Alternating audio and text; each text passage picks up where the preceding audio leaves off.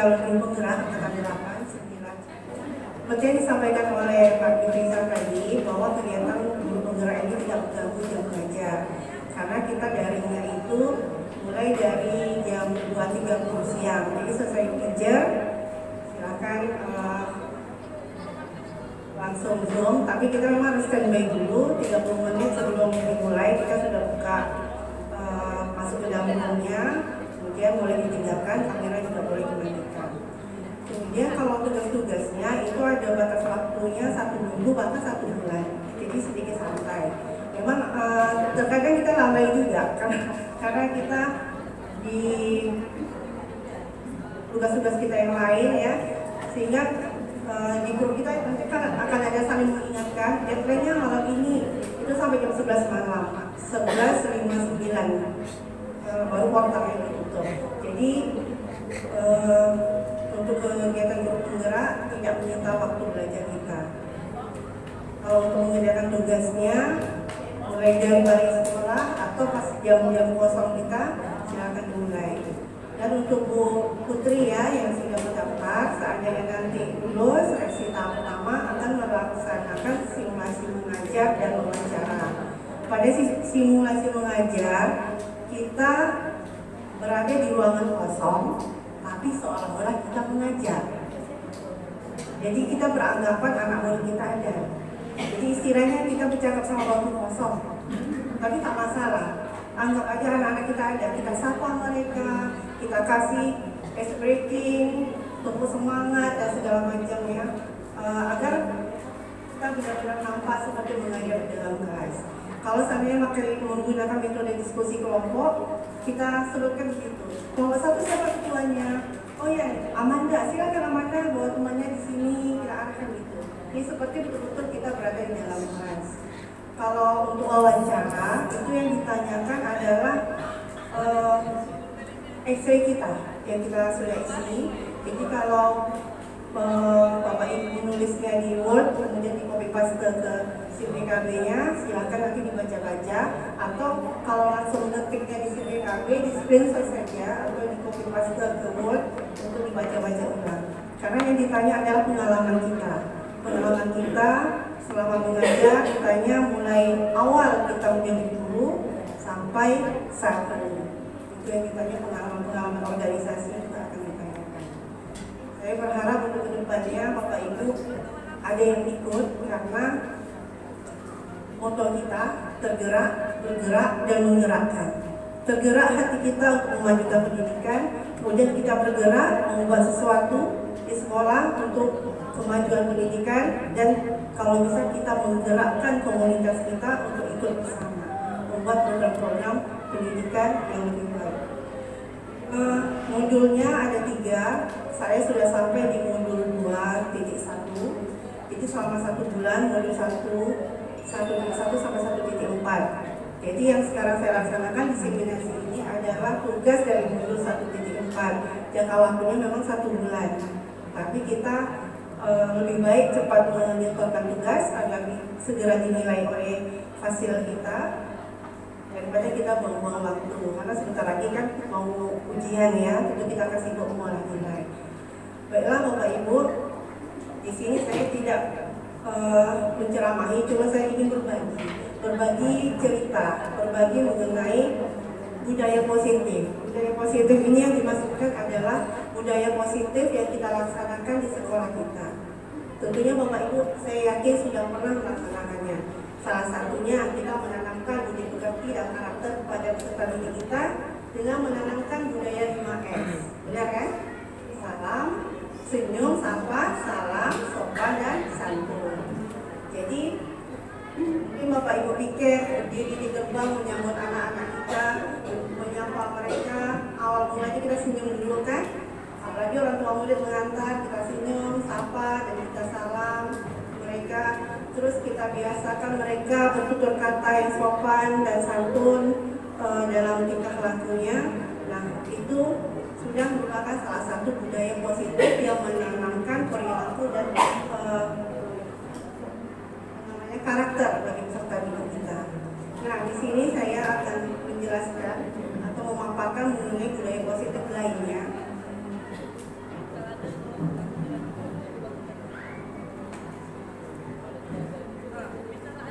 Ini pengertian dari budaya positif.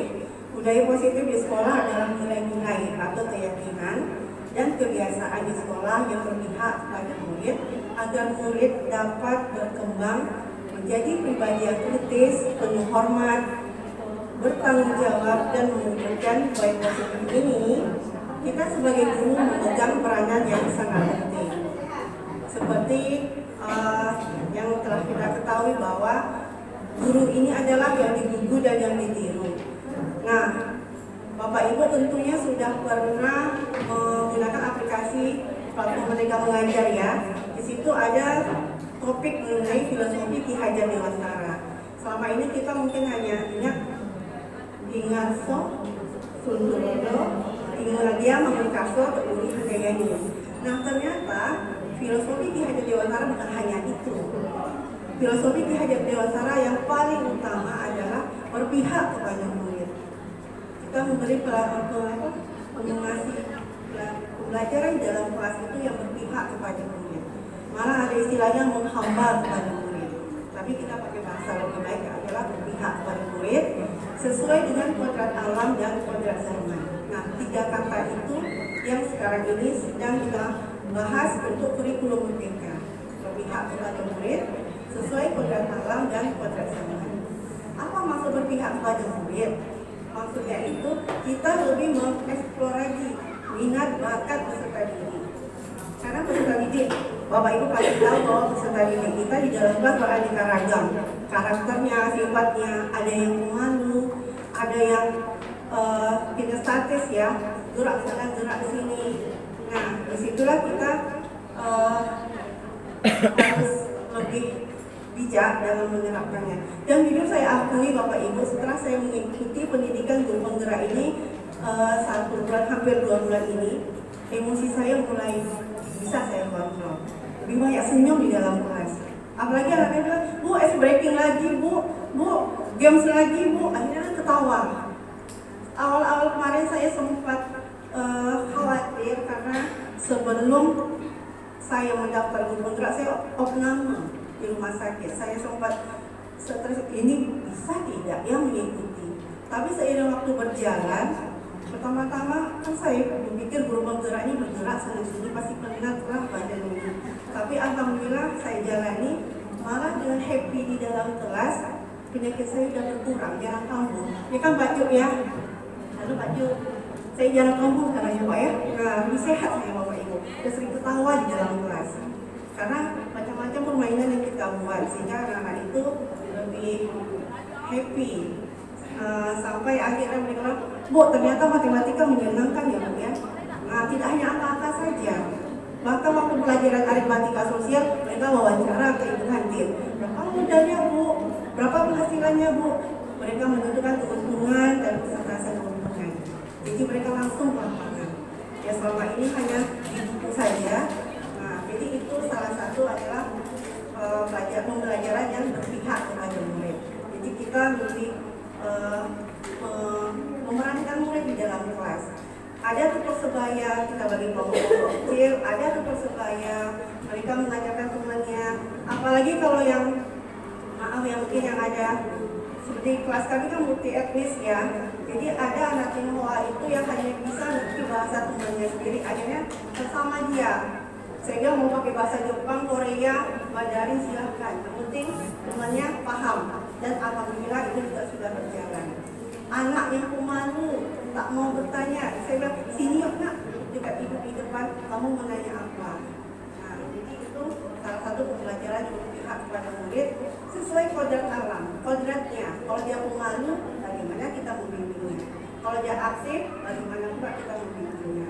Kalau dia terlalu cepat tangkap, lebih duluan dari teman-temannya, istilahnya kalau teman-temannya itu pakai sampan, dia pakai speedboat, lagi-laginya. Nah, itu ada cara-caranya. Jadi kita manfaatkan atau kita gunakan dia sebagai tutor sebaya. Akhirnya lama-lama kan pelajarannya sesuai, serentak selesainya. Itu salah satu trik kita. Sesuai dengan kodrat zaman. Nah, Bapak Ibu tentu tahu bahwa sekarang anak-anak kita lebih mahir mungkin dari kita dalam menggunakan Android ya, gadget itu. Apalagi kelas 7 itu kan ada proyek, jadi mereka boleh bawa HP. Nah, kebetulan di hari mereka bawa HP, ada pelajaran saya manfaatkan mereka untuk menggunakan HP-nya untuk menonton video atau media pembelajaran yang berbasis IT, sehingga ada pembelajaran yang berbeda di dalam kelas kita. Ya, selama ini mungkin anak-anak itu lihatnya ibu aja terus berjangkap depan kelas. Nah, sekarang ini mereka sudah, saya beri kebebasan, nanti mereka kelompok ini buat pertanyaan, kelompok ini jawab. Akhirnya mereka bisa menggali kemampuan dirinya sendiri dan bebas berpendapat. Yang penting sopan dan santunnya kita jaga. Nah, Bapak Ibu,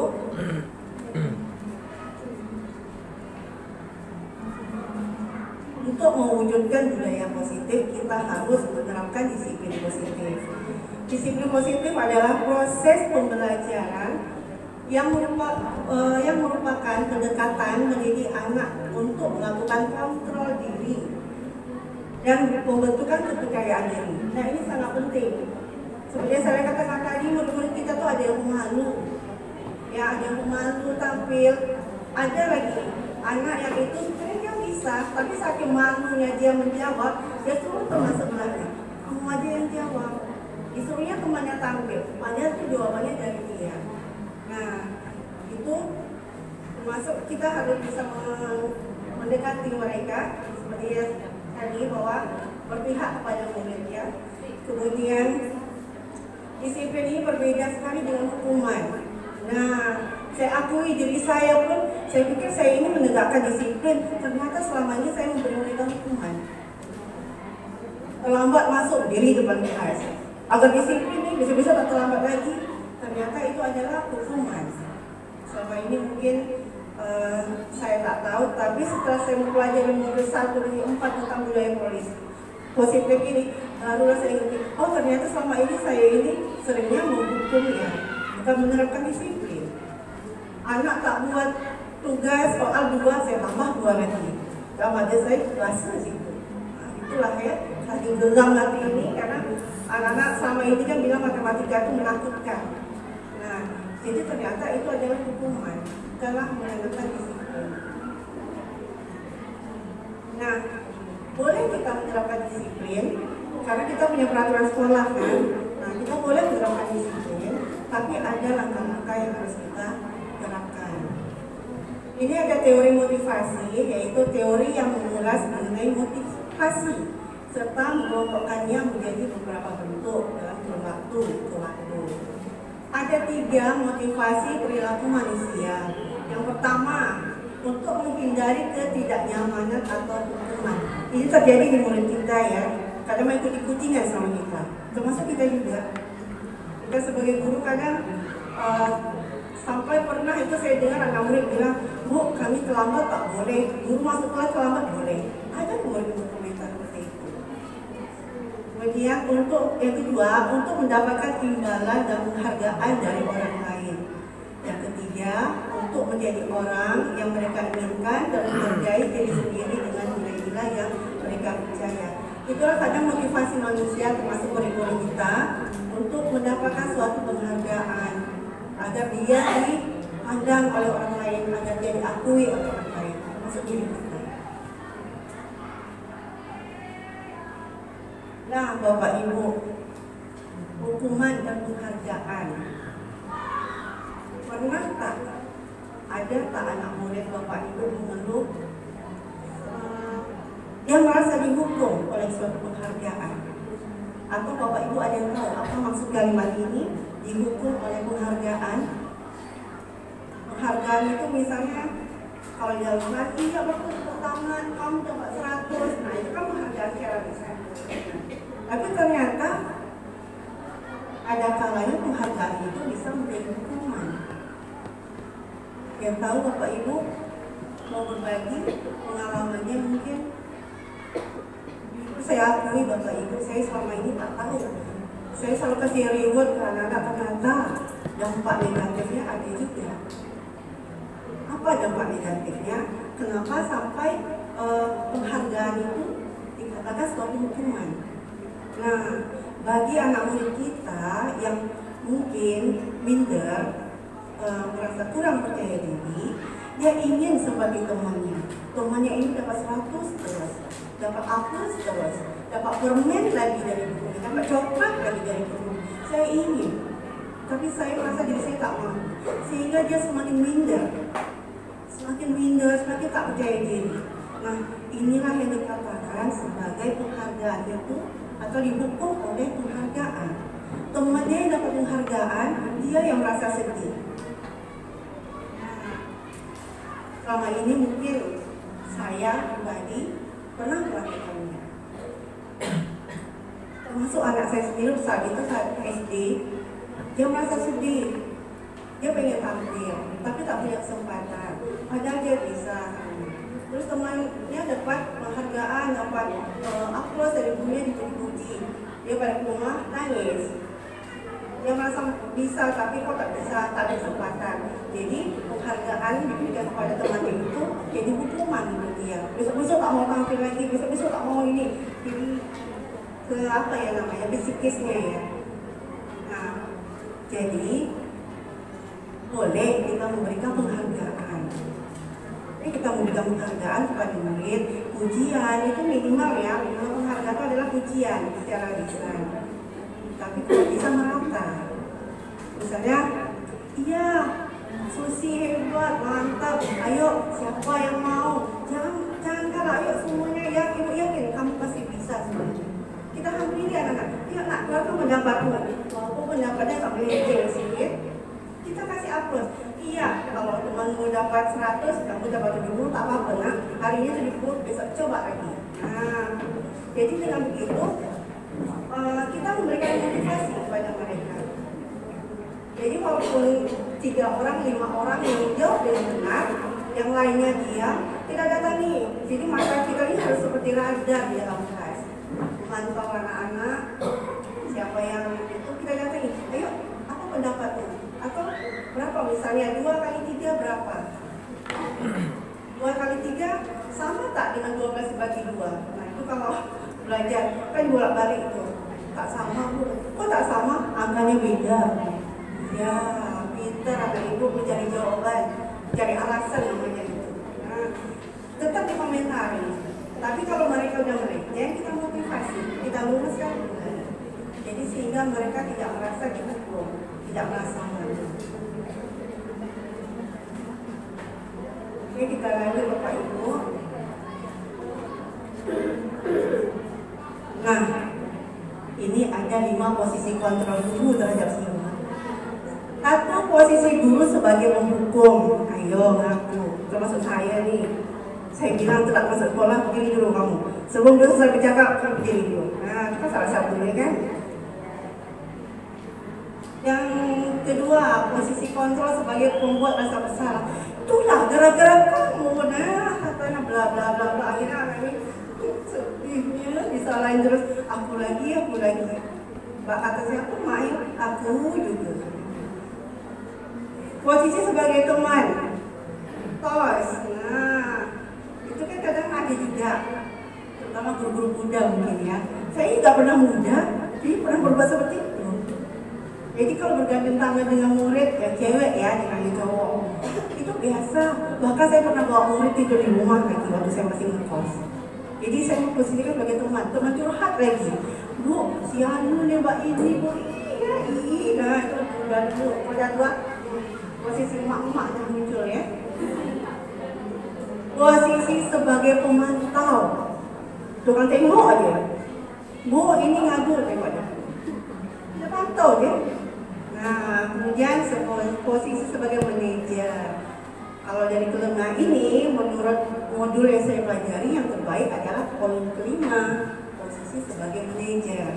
Kita memanage kelas. Kalau ada anak bermasalah, kita panggil. Jangan satu lagi nih ya, kadang kebiasaan dan kecepatan nih, kita mau menjustice anak itu langsung di dalam kelas, sehingga dia harga dirinya tuh letak 1000. Kata orang Melayu, pecah ya, pecah ya. Nah sebenarnya itu terkadang kita ini spontan. Apalagi kalau kita memposisikan guru harus perfect di dalam kelas, tak boleh bising, tak boleh motor. Nah sikit-sikit ada sikit, mata dah macam tayang silet gitu, langsung bla bla bla bla kita marahin anak. Sebenarnya mungkin spontanitas kita. Saya pun gitu dulu, saya apa nih? Tapi setelah mempelajari modul ini, pelan-pelan saya ingin berubah. Kalau ada anak bermasalah, nak istirahat nanti ke ruangan ibu ya. Panggil, dia tanya. Ada satu anak di kelas saya itu setiap hari lupa bawa buku. Ada yang tinggal. Kalau dulu saya bikin sebelum saya ikut guru gerak ini, semalam buku cetak tak bawa. Hari ini buku catatan tak bawa. Besok kepala kamu kamu tinggalkan, nggak usah bawa, tak digunakan. Nah, itu kalau kita marah dulu. Sekarang alhamdulillah, Bu tak bawa buku catatan, tak apa-apa nak, kasih kita selembar, kamu tetap minta. Bu tak bawa buku latihan, tenang saja. Ibu bawa kertas HPS banyak ini, kamu tulis. Bagi kita semua tak apa-apa. Yang penting kamu tulis nama kamu, jangan nama bapak kamu. Penting sekali. Bawa buku orang lagi. Kalau hati gigi rapat nih, besar. Tapi itulah nanti. Ada lagi anak Bu tak bawa pena. Alhamdulillah ibu bawa 5 biji pena. Siapa yang tak ada pena, datang depan, ibu pinjamkan. Jadi saya berusaha tidak ada masalah yang tidak bisa diselesaikan. Karena anak-anak itu banyak tingkah, kadang ada ya alasannya. Bu tak bawa buku cetak, Bu. Kebetulan sudah sebelah belajar ibu tadi kakinya sebelah. Tak ada alasan. Sampai dia bilang, apa alasan cepat dapat undi dia? Semua dapat jalan Tuhan. Nah, alhamdulillah setelah mengikuti pendidikan guru penggerak ini, banyak hal-hal yang saya pelajari. Karena kita nanti ada forum diskusi sekali 1 minggu, jadi kita bisa bertukar pikiran dengan kawan-kawan dari kasus-kasus mereka. Kebetulan dari kelompok saya itu mulai dari guru SD sampai guru SMA. Jadi kami macam-macam kasus sudah kami dengar dan kami pelajari menyikapinya.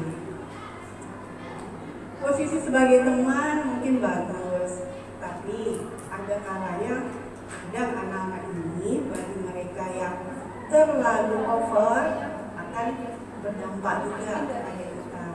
Saya juga sering lihat di TikTok sikap guru anak kepada murid kepada guru. Nah, yang kalau saya ini tapi kurang baik.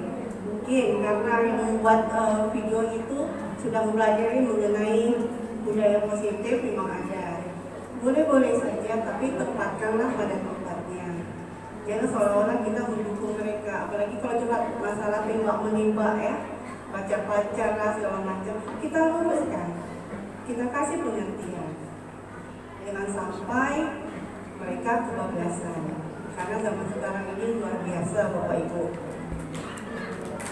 Kemudian, nah, selanjutnya, tadi saya sudah bicara mengenai posisi kontrol. Nah, bagaimana kita menangani kasus anak di sekolah? Dalam mengikuti pendidikan guru penggerak ini, kami diperkenalkan dengan namanya segitiga restitusi, yaitu proses menciptakan kondisi bagi murid untuk memperbaiki kesalahan mereka, sehingga mereka bisa kembali pada kelompok mereka dengan karakter yang lebih kuat. Nah, ini terdapat dalam LMS modul 14 budaya positif. Jadi, kalau anak itu buat masalah, buat kasus, yang pertama kita kalau bisa jangan marahkan di depan umum, apalagi di lapangan ini. Sering kan di lapangan. Sebenarnya bagi mereka yang punya jiwa minder itu langsung down. Tapi bagi mereka yang tebal telinganya, istilahnya mukanya dah tebal, telinga dah tebal, mungkin cuek. Ada anak yang tak bisa menerima itu. Tiga restitusi ini sebenarnya Bapak Ibu sudah pernah mungkin menerapkan secara tidak langsung, apalagi guru BK ya biasanya sering. Nah, ini segitiga restitusinya: validasi kebutuhan, menanyakan keyakinan, menstabilkan identitas. Oke, kita lanjut saja. Nah, langkah-langkah segitiga restitusi. Jadi Bapak Ibu berdasarkan modul dan saya juga sudah terapkan dalam 1 bulan ini. jika ada anak yang bermasalah, seperti yang saya ceritakan tadi, tak bawa buku, tak bawa pena. Kalau kita perhatikan sekali, 2 kali dia berbuat hal yang sama, berarti kan tidak kebiasaan. Kita panggil dia. Kebetulan ruangan saya tersendiri, jadi leluasa untuk mewawancarai anak. Jadi kita tanyakan dulu. Seperti ini salah satu contoh pertanyaan. Menurut kamu, perbuatan kamu yang kamu lakukan tadi itu benar atau salah? Tanya dulu. Tanya dulu menurut dia, benar atau salah? Kadang-kadang kan dia jawab salah, udah tahu salah, maka dibuatnya berlanjutannya kan. Sabar, sabar. Kalau dia salah, nah kamu udah tahu itu salah. Memang setiap orang pasti pernah melakukan kesalahan. Namun kalau kesalahan itu kita lanjutkan aja, kesalahan itu kita lakukan berulang kali, itu hasilnya tak bagus, tak baik. Nah itu udah melanggar disiplin sekolah misalnya. Kita dengan lembut aja lah. Jadi guru matematika dia jangan garang-garang lagi lah ya, lembut aja bercakap dengan. Kemudian yang langkah kedua, validasi tindakan yang salah. Tanyakan apa alasannya. Nah salah satunya waktu itu ada anak mengadu saya, Bu, uang saya hilang. Jadi ada anak lagi lapor, Bu, dia yang ngambil, Bu. Nah itu saya panggil ke mana? Karena anaknya ngadunya di jam saya itu setelah jam istirahat. Jadi tentu ada kemungkinan hilangnya pas jam istirahat atau jam olahraga misalnya. Saya tanya, ada si anak mengaku. Saya tanya, kamu punya alasan mengapa kamu melakukan hal itu? Pertama kan dia bilang, tahu dia bersalah. Saya hari ini tak dapat jajan, Bu. Nah, itulah alasan. Tak dapat jajan atau kami tak kasih kami duit, kami tak pernah dikasih duit jajan. Kadang sedih Bapak Ibu, saya memang ada mengalami kasus ini, kan sedih hati saya. Sedih mendengar curhatan hati anak. Ternyata dia tak jajan sama sekali. Bayangkan dia pulang jam 13.30. Pergi sekolah, balik sekolah jalan kaki. Rumahnya di Wonosari, lumayan jauh. Panas lagi. Terus kamu bagaimana? Kalau lapar, bawa bekal tak? Tak bawa. Mama tak sempat masak. Allah, selesai sudah. Ada, betul-betul ada. Ini saya hadapi kemarin bulan Agustus ya kemarin. Saya tanya, ini rasanya saya mau buka dompet ngasih dia, tapi hari itu kalau dibuat sekali mungkin tak apa. Kalau sering-seringnya hari itu tagihan pula nanti. Nah, kita tanyai, kemudian kalau bisa, karena saat itu saya bukan wali kelasnya, kita hubungi wali kelasnya terlebih dahulu untuk menelpon orang tuanya, benar tidak anaknya tak dikasih jajan, benar tidak anaknya tak diantar jemput dengan kondisi rumah yang jauh. Kalau seandainya orang tuanya pula bilang ada lah Bu dikasih jajan, nah berarti kita telusuri lagi anak ini bohong atau tidak. Kalau kasusnya berat, boleh mereka yang menindaklanjuti. Nah, langkah ketiga adalah menanyakan keyakinan. Contoh pertanyaannya, nah setelah kejadian ini, apa yang akan kamu lakukan? Menurut kamu tadi ini salah, alasannya begini. Apa rencana kamu ke depannya? Kamu mau jadi seperti apa? Jadi, alhamdulillah setelah mengikuti pendidikan ini, memang hati dan pikiran saya terbuka. Jadi yang istilahnya guru garam dulu, disiplin dengan pendidikan. Saya rasakan sekarang ini. Oke, itu saja Bapak Ibu berbagi pengalamannya sebagai tugas dari modul 1.4 mengenai budaya positif. Aksi nyata kami berbagi informasi mengenai budaya positif yang ada di modul 1.4. Semoga apa yang saya sampaikan bermanfaat untuk kita semua. Dan saya berharap Bapak Ibu yang GMP ini yang sudah mendaftar guru gerak dulu semua, yang sudah mendaftar pengajar praktek dulu semua. Kedepannya karena informasi yang saya peroleh dari Kemdikbudnya pengen semua guru ini menjadi guru penggerak. Mungkin akan ada tahap-tahap selanjutnya. Jadi Bapak Ibu jangan khawatir, bagi yang masih usia di bawah 20 tahun silakan ikut. Jangan khawatir, tidak akan mengganggu yang mengajar. Walaupun kemarin seperti semalam saya Zoom jam 1 itu karena instrukturnya memang misalnya jam segitu. Jadi dia akan dihidupkan, kita bawa laptop ke dalam kelas atau bawa HP dalam kelas tetap bisa menyimak. Tapi anak-anak tidak dikembangkan. Kamera boleh dimatikan. Kalau mau pakai earphone yang betul itu kan kita bergerak sana kemari dalam kelas masih bisa tidak dengar suara instrukturnya. Jadi Bapak Ibu semangat ya, saya berharap pendidikan di Karimun ini menjadi lebih maju. Dan satu hal lagi selain moto tergerak, bergerak, dan menggerakkan dari grup penggerak ini, ada satu kalimat yang seharusnya memang kita lakukan. Perubahan itu mulai dari diri. Mulai dari diri, itulah yang tadi namanya tergerak. Mulai dari diri kita tergerak, kemudian kita mulai melakukan sesuatu, kita bergerak. Timbulkan dulu minat kita, ketertarikan kita, sehingga hati kita tergerak dan mulailah dari diri kita. Kalau apa yang kita lakukan baik, insya Allah rekan-rekan kita akan mengikutinya. Kalau kita tak bisa menggerakkan langsung satu sekolah, kita mulai dari teman-teman terdekat kita, kebutuhan hati kita. Nah, kalau mereka sudah mulai, oh iya bagus, nanti akan, kalau hal-hal baik itu pasti akan berimbas kepada teman-teman yang lain. Demikian dari saya, mohon maaf kalau ada kesilapan dan kesalahan. Semoga yang saya sampaikan ini bermanfaat untuk Bapak Ibu semua. Saya akhiri dengan Assalamualaikum warahmatullahi wabarakatuh.